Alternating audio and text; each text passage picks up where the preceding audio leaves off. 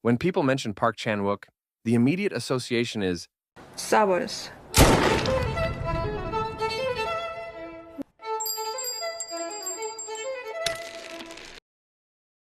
aesthetic of violence. But this time, the film I want to appreciate is perhaps his most subtle and multi-layered film, Decision to Leave. To explain why I call it subtle, I want to closely examine the way focus and composition operate within a single scene. The scene in question is, ironically, the type of scene most likely to become dull or purely functional in other films. Two people sitting face to face, exchanging lines in an enclosed space. Here, Korean detective Hae-jun is interrogating a Chinese woman, Seo-rae, seeking clues behind her husband's death. Since such dialogue scenes exist primarily to deliver information to the audience, visual elements are often reduced to a bare minimum, and simple coverage of the characters is considered sufficient. This is why many films rely mostly on close-ups or conventional shot-reverse shot patterns. But this one is fundamentally different. Some people call it shooting an interrogation with the techniques of a romantic film. Park Chan-wook places a mirror beside them, dramatically increasing the visual layering and psychological separation. From the center outward, the frame is divided into 4 distinct quadrants. As the conversation progresses, the focus shifts between these quadrants. The vertical axis separates the characters physically, while the horizontal axis separates conscious intention from subconscious impulse. At the start, the two sit directly opposite each other. Both physical bodies are in sharp focus, while their mirrored reflections in the background remain blurred. Then the focus begins shifting according to who speaks.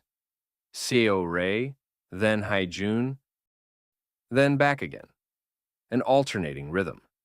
When Seo-rae speaks in Chinese, she is sharply focused, and Hae-jun, unable to understand her, is blurred. But once she switches to the translator, comprehension shifts. Hae-jun becomes sharp, and she turns blurry. Importantly, their reflections also swap focus along with them. Meaning, neither is truly looking at the person, but rather at the other's reflection.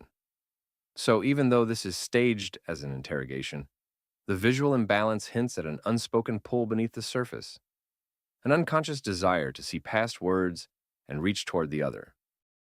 In the second stage, the formerly tentative intimacy gives way to a more uneasy mismatch. Now, the frame shifts to vertical focus. Each character and their reflection come into sync. The switching still follows whoever is speaking, but its meaning shifts. From this point on, the visual structure carries more weight than the spoken dialogue.